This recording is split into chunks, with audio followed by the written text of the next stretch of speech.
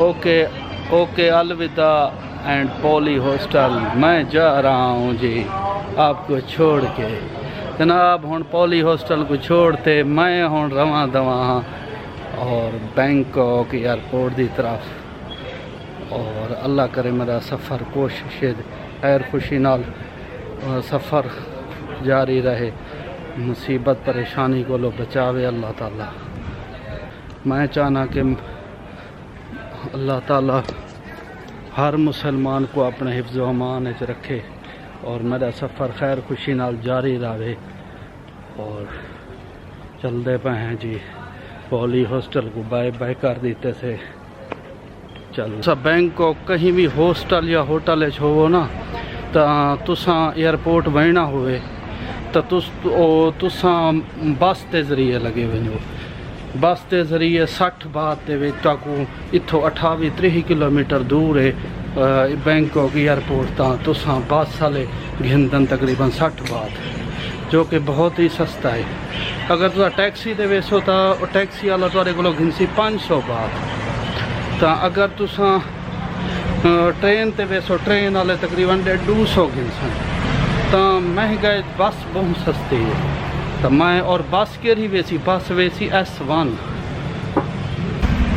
ओए होए भाईजान 1.25 किलोमीटर पैदल चलन नाल 15 किलो वेट उठा तो यार मैं तो थक गया। मैं आ गया नज़दीकी जेरे मेरे हॉस्टल को 1.25 किलोमीटर फासले थे बस स्टॉप बने हुए उन्होंने उत्था मैं आ गया।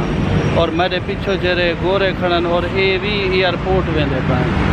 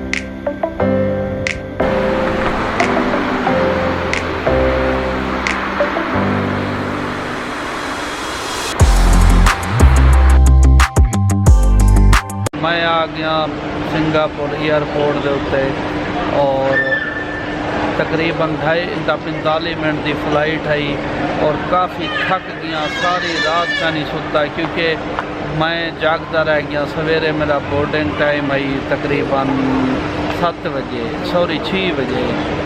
बजे बोर्डिंग टाइम शुरू था। तो जागता टेंशन को भाई सुमदा तो वाला नेंद्र का ना उखड़ सी वल मसला बन गया।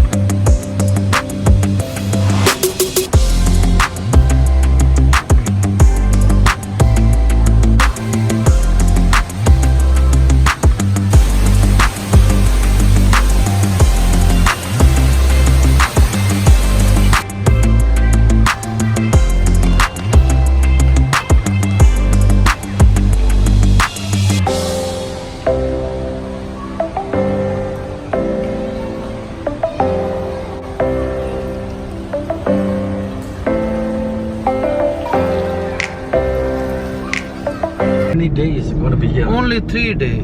Very fast, huh?